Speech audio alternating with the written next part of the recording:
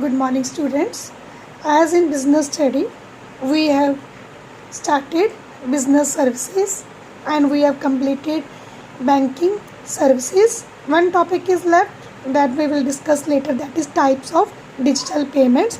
And today I am going to start a new topic, that is insurance. Insurance, as we know, there is always uncertainty in a business.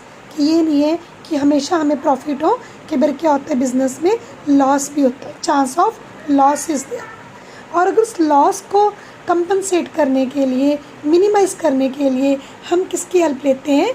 Insurance services, insurance की। That means a company that provide a services to minimizing the loss.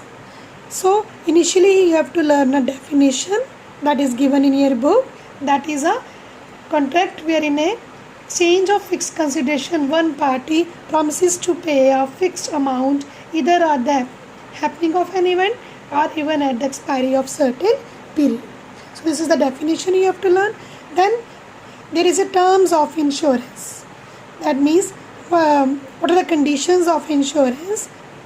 First of all, there is an insurer. Insurer means who take the responsibility to compensate our loss. That is an insurance company. Clear? इस पर confuse मत होना insurer और insured. Insured means person whose loss is insured. Clear? Whose life is insured or whose property is insured. That is a insured. Then premium, that is a fixed amount, क्योंकि कोई भी हमारा compensate तभी करेगा loss अगर उसको कोई profit मिल रहा होगा। तो कंपनी भी क्या है, हम एक फिक्स प्रीमियम फिक्स कर देते हैं जो कि हमें मंथली, क्वार्टरली, जो भी हमारी पॉलिसी के अकॉर्डिंग होएगा उसके अकॉर्डिंग हम उसको पे करेंगे, और जब लॉस होएगा तो वो हमें क्या है, हमारा लॉस कंपनसेट करेंगे। और इस अमाउंट को जो कि हम कंपनी को पे करते हैं, that is called a premium. And policy means total terms and conditions. That is the agreement between a insurer or a insured. कि क्या टर्म्स हैं, क्या कंडीशंस हैं, कितनी पॉलिसी है, कब पे करनी है, कितना प्रीमियम होएगा. All these are the written agreement between a insurer or a insured. And sum insured means total amount, कि how much amount is given by the insurer against loss. For example, आपकी 5 लाख का stock आपके पास, उसके against आपने insurance करवाई है, और अगर आपको लॉस फॉर एग्जांपल 6 लाख का होएगा, तो फॉर एग्जांपल आपके पास 10 लाख का स्टॉक है और आपने इंश्योरेंस सिर्फ 5 लाख स्टॉक की करवाई है, तो इट मीन्स आपको सिर्फ कितना मिलेगा, 5 लाख, जितनी आपने अमाउंट की इंश्योरेंस करवाई। क्लियर बच्चे?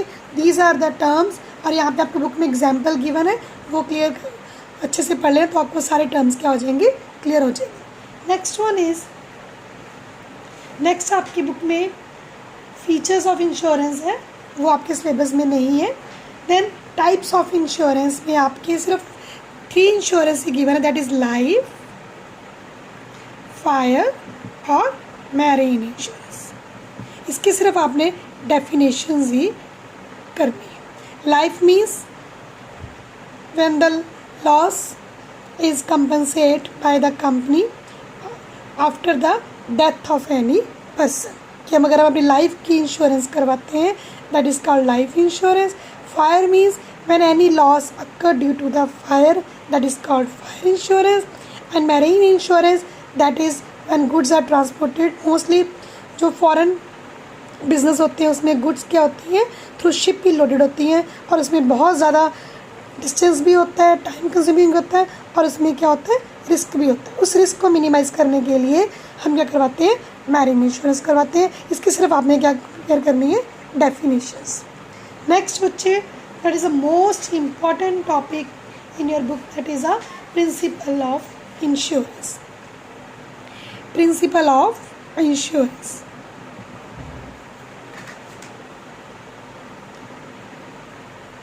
और ये आपको कोई भी प्रिंसिपल शॉर्ट नोट के लिए भी आ सकता है, या कोई केस स्टडीज आपको मेंशन की सकती है, उसके अकॉर्डिंग कौन सा प्रिंसिपल है आप अप्लाई हो रहा है तो वो अपने आइडेंटिफाई करने, इस तरह के क्वेश्चंस आ सकते हैं जो कि आपकी बुक के गिवन दिए हुए हैं बैक में।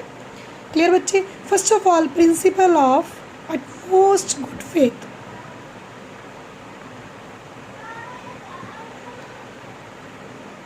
First of all, insurance policy is based on a good faith. Good faith means कि no one conceal any matter, any material information from each other. No one means insurer or insured. Before taking the policy of insurance, everything must disclose to each other. Insurer means company.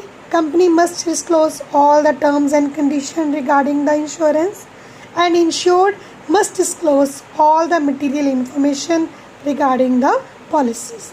For example, one person taking the policy, life insurance policy, but he is suffering from a cancer की एक major disease है जिससे कि उसकी death होने वाली है, और ये बात उसने क्या की, इंश्योरर को डिस्क्लोज नहीं की, और आफ्टर 1 year ही डाइड, और उस 1 साल बाद उसकी डेथ हो जाती है।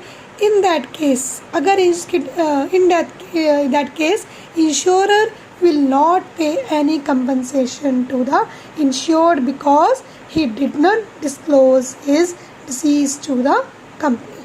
कि उसने जो रिक्वायर्ड इन्फॉर्मेशन थी कि वो बीमारी है उसको, कि उसकी लाइफ कम है, तो ऐसा अगर वो करेगा तो उसको कंपनसेशन नहीं मिलेगा। और सिमिलरली इंश्योरर की भी रिस्पॉन्सिबिलिटी है कि वो सारे टर्म्स एंड कंडीशंस डिस्क्लोज करे before giving the policy. Clear? कि कोई भी कंडीशन ऐसा ना हो कि कोई इसने छुपाया हो कि आप कितनी अमाउंट थी या कुछ भी उसने कंसील किया हो, that is not valid, that policy becomes a invalid in the eyes of law. Clear बच्चे? और सारे प्रिंसिपल आपने विद एग्जाम्पल ही प्रिपेयर करने हैं, उसको पहले मीनिंग देन उसकी एग्जाम्पल। क्लियर बच्चे? Next is principle of insurable interest.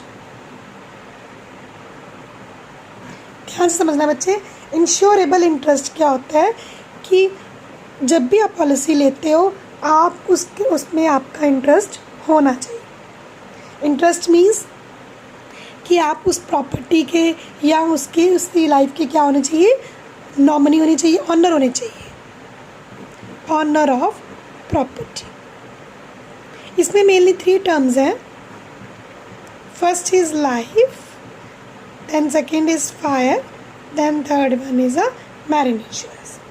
अब बच्चे लाइफ के टाइम में क्या होता है, फॉर एग्ज़ाम्पल कि आपके नेबर में किसी की डेथ हो जाती है, ठीक है, तो आप कहते हैं नहीं जी मैं तो बड़ा कंसर्न हूँ, मुझे बड़ा दुख है उसका, कि मुझे उसका कंपनसेशन मिलना चाहिए, तो वो ऐसे आपको नहीं मिलेगा। या फायर में है, आपके किसी फ्रेंड के हाउस को आग लग जाती है तो उसने इंश्योरेंस नहीं करवाई होती, बट आपने इंश्योरेंस करवाई तो आप कहते हो कि नहीं मेरे घर तो सेफ है तो अब मेरी कंपनसेशन उसको पे कर दो, तो ऐसा लाइफ इंश्योरेंस, ऐसे फायर इंश्योरेंस में नहीं होगा। It means the loss you have must interest in the loss of the property. Interest means you must belong to that property, कि आप किसके ऑनर होने चाहिए, या ये नहीं कि अगर आपने फॉर एग्ज़ाम्पल आपके पास कार थी, ठीक है, वो उसका लॉस, उसने अपनी इंश्योरेंस करवाई हुई थी, बट वो कार आपने फर्दर आगे सेल कर दी, देन वो कार में कोई प्रॉब्लम होगी या कुछ एक्सीडेंट हो गया